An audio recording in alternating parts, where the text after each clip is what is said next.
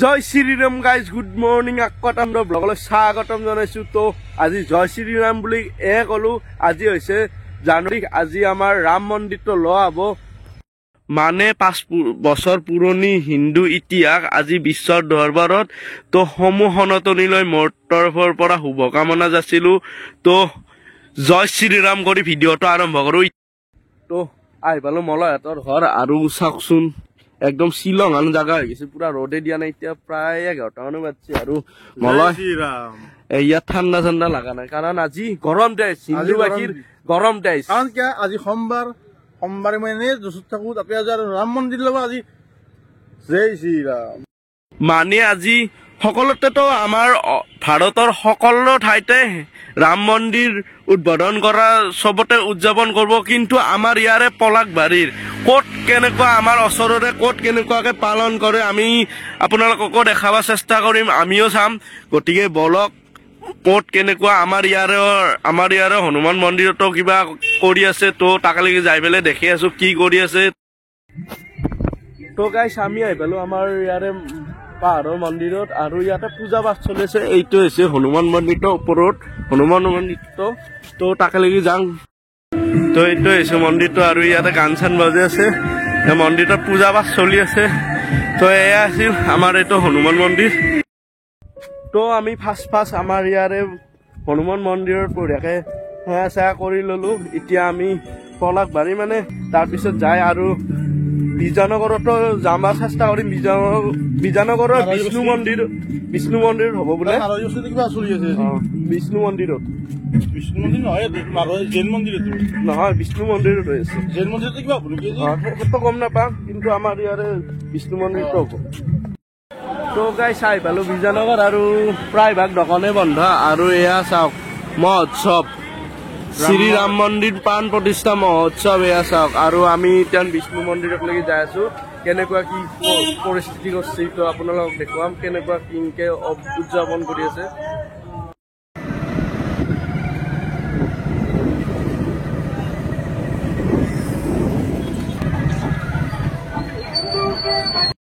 তো গাই শোভাযাত্ৰা হৈছে এয়া, হনুমান আগে আগে, ৰাম পিছে পিছে, ৰাম লক্ষ্মণ সীতা।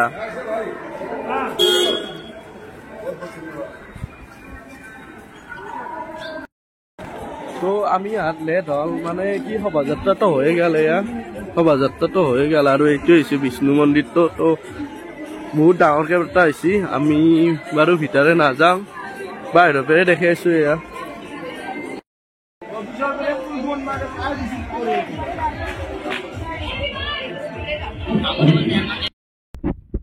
তো গাইজ ঘূৰি ঘূৰি ডাইৰেক্ট আহি পালো ঘৰ। তাৰ লগতে আৰু আপোনালোকৰ লগত আলোচনা কৰিম বহুতৰ জনা নজনা কথা ৰাম মন্দিৰৰ। তো পোনপ্ৰথমে কৈ আছো ৰাম মন্দিৰ কোনে স্থাপন কৰিছিল। তো ৰাম মন্দিৰ স্থাপন কৰিছিল শ্ৰী ৰামচন্দ্ৰৰ পুত্ৰ কুশে।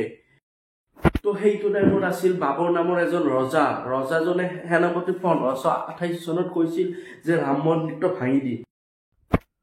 তো ৰাম মন্দিৰটো ভাঙাৰ পিছত বাবৰে তাত ৰাম মন্দিৰৰ ঠাইত এটা মছজিদ বনাইছিল।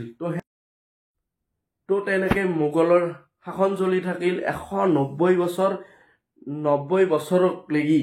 তাৰে পিছত 1717 চনত এজন ৰজাই তাৰ ওচৰতে মছজিদটোৰ ওচৰত ঠাই অকণমান ওলাই তাত এটা ৰাম মূৰ্তি বনালে। ৰাম মন্দিৰ নহয়, ৰাম মূৰ্তি বনালে এটা। তো সেনেকে মোটামুটি 70-80 বছৰ বঢ়িয়াকে ধুনীয়াকে চলি থাকিল। হিন্দু ধৰ্মৰ মানুহবিলাকে বঢ়িয়াকে ৰামক পূজা কৰে এফালে, আৰু মুছলিম ধৰ্মৰ মানুহবিলাকে মছজিদত যাই পূজা কৰে। সেনেকে চলি আছিল। তাৰপিছত 1853 চনত কি কৰিলে, আমাৰ হিন্দু সংগঠন এটাই ক'লে মছজিদটোৰ ঠাইত আমাৰ ৰাম মন্দিৰ আছিল। তো তাৰ বেৰে আমাৰ হিন্দু আৰু মুছলিমৰ সংঘৰ্ষ চলিল, মানে কাজিয়া চলিল। তাৰে পিছত আমাৰ ইংৰাজে আহি মাজত এখন বেৰা দিলা। মানে আমাৰ এই বাঁহৰ বেৰা নহয় দে গাইছ, মানে কি এই চিমেণ্টৰ এখন বেৰা দিলা। মানে ৰাম মন্দিৰটো এক্সট্ৰা কৰিলা আৰু মছজিদটো এক্সট্ৰা কৰি দিলা, মাজত এখন বেৰা দি দিলা, তাৰমানে আমাৰ মানুহ যাতে কাজিয়া নালাগে। তো এনেকুৱাকে চলি আছিল আৰু কেছো হৈ আছিল। এনেকে সুপ্ৰিম কোৰ্টৰ অৰ্ডাৰ আহিল, ফাইনেল ডিচিশ্যন অৰ্ডাৰ আহিল 2019 চনৰ 9 নৱেম্বৰ তাৰিখে সুপ্ৰিম কোৰ্টে এটা ফুল ফাইনেল ডিচিশ্যন দিলে। তো 2.77 একৰ মাটি আমাৰ ৰাম মন্দিৰ বনাকে দিলে হিন্দুবাসীক, আৰু এইফালে দিলে তাৰ ওচৰতে মুছলিমক দিয়া হ'ল 5 একৰ ঠাই। আৰু যিহেতুকে মাটিখিনি দিলে, কিন্তু মাটিখিনি দিয়া হলেও কিন্তু অধিকাৰটো কিন্তু চেন্ট্ৰেল গভৰ্ণমেণ্টৰে। তো এইটোৱে হৈছে বেষ্ট ডিচিশ্যন। এইফালে ধুনীয়াকে আমাৰ ৰাম মন্দিৰ হ'ল আৰু এইফালে মছজিদটো বনাইছে, আৰু মছজিদৰ কিমান কি হৈছে নাজানো বাৰু। আমাৰ ৰাম মন্দিৰটো আজি উদ্বোধনে হ'ল। তো 500 বছৰ সংঘৰ্ষৰ পিছত আজি ৰাম মন্দিৰটো উদ্বোধন হ'ল। তাৰ কাৰণে আপোনালোকে লিখি দিব কমেণ্টত জয় শ্ৰীৰাম। ময়ো কৈছো জয় শ্ৰীৰাম। তো এইটোৱে আছিল এটা সৰুকে ৰাম মন্দিৰৰ ওপৰত কাহিনী। তো কিছুমান ভুল ভ্ৰান্তি হ'ব পাৰে, আপোনালোকে মোক ভুল হ'লে ক্ষমা কৰি দিব। তো মোৰ ভিডিঅ'টো আজি এইখিনি আছিল। মোৰ ভিডিঅ'টো চাই কেনেকুৱা পালে, ভাল লাগিলে লাইক কমেণ্ট শ্বেয়াৰ আৰু চেনেলটো ছাবস্ক্ৰাইব কৰি দিবলৈ একেবাৰে নাপাহৰিব। আজিলৈ ধন্যবাদ। জয় অসম গাইছ, জয় শ্ৰীৰাম, বাই বাই।